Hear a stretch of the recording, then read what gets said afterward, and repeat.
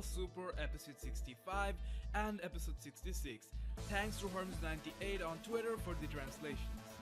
First I'll mention the titles and summaries that got revealed for both the episodes, and then I'll go to the analysis or prediction part as many people seem to get confused otherwise. Dragon Ball Super Episode 65 title is The Final Judgment, Supreme God's Ultimate Power, airing date November 6th. Extended preview summary. The Zero Mortals plan head into the final phase. Goku Black and Zamasu have merged via the Potara. Now they've evolved into a fearsome foe posing both an immortal body and formidable fighting power. What's more, Zamasu emits a wall of light that eliminates all it touches.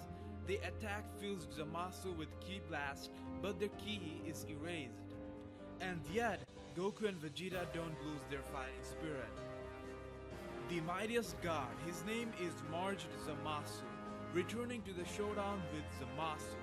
Trunks resolve to fight Zamasu in order to protect the people of West City. With the two senzu he received from Mai in hand, he heads for Zamasu. Dragon Ball Super Episode 66 title is Showdown, the Unyielding Warrior's Miraculous Power, airing date November 30th. After his Ring of Life is broken by Goku's life-risking attack, something strange happens to Zamasu.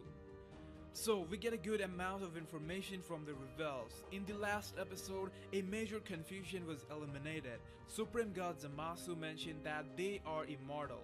Previously, while fighting Zamasu, the biggest problem was that no matter how hard you hit him, he would regenerate. But now, it looks like they are almost untouchable. Now Goku and company can't even damage them for a while. In episode 65 preview trailer, we see a ring behind the Supreme God. They are calling it the Ring of Life in episode 66 preview, which was also referred as Wall of Light in episode 65 preview summary. However, the basic idea here is the ring is like an unbreakable shield protecting Supreme God Zamasu from all kinds of attack.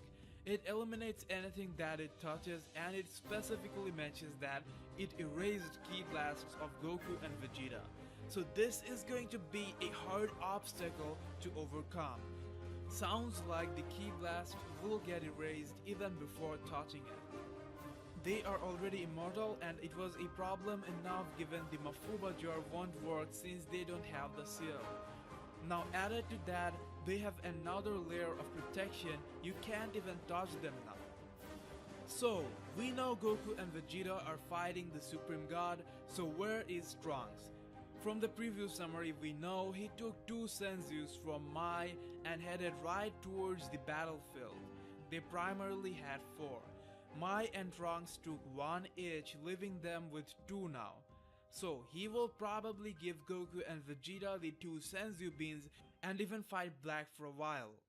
I think in the next episode we will get an even clearer idea about where Trunks stands currently in terms of power compared to Goku and Vegeta. We even see this scene in the trailer. Look at these shots. Looks like Trunks appears in the battlefield, suddenly defending an attack from fused Zamasu. In the background we see Goku and Vegeta is down, so most probably fused Zamasu will totally wreck Goku and Vegeta in the first round, taking advantage of the new technique, the Wall of Light. Yes, first round, as there will be a second round, an even serious and deadlier one. After Trunks heals Goku and Vegeta using the last of the senzu beans, they will now have to fight fused Zamasu with everything they have.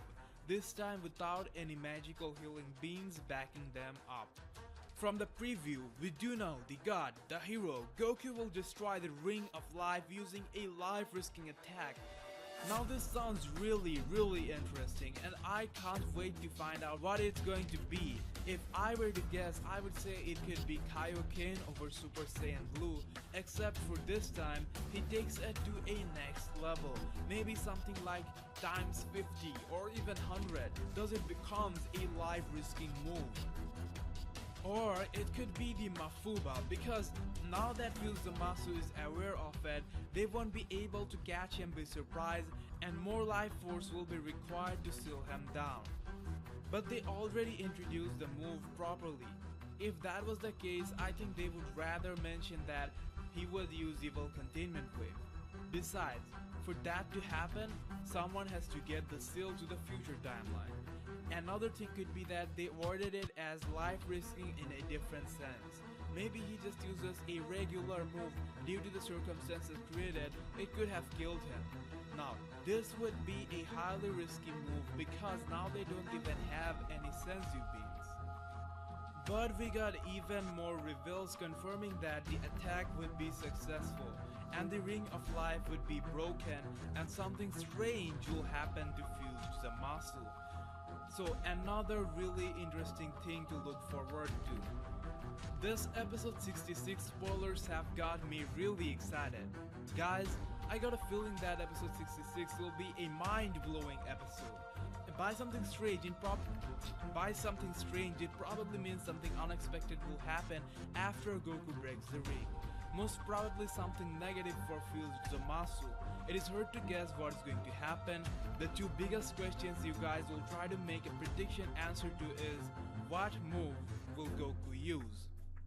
And what is going to happen to fused Zamasu as a result? Could it be something extremely surprising, like after the ring is broken and they take a blow, they find out that they are not recovering from the damage as their immortality factor was affected due to the fusion.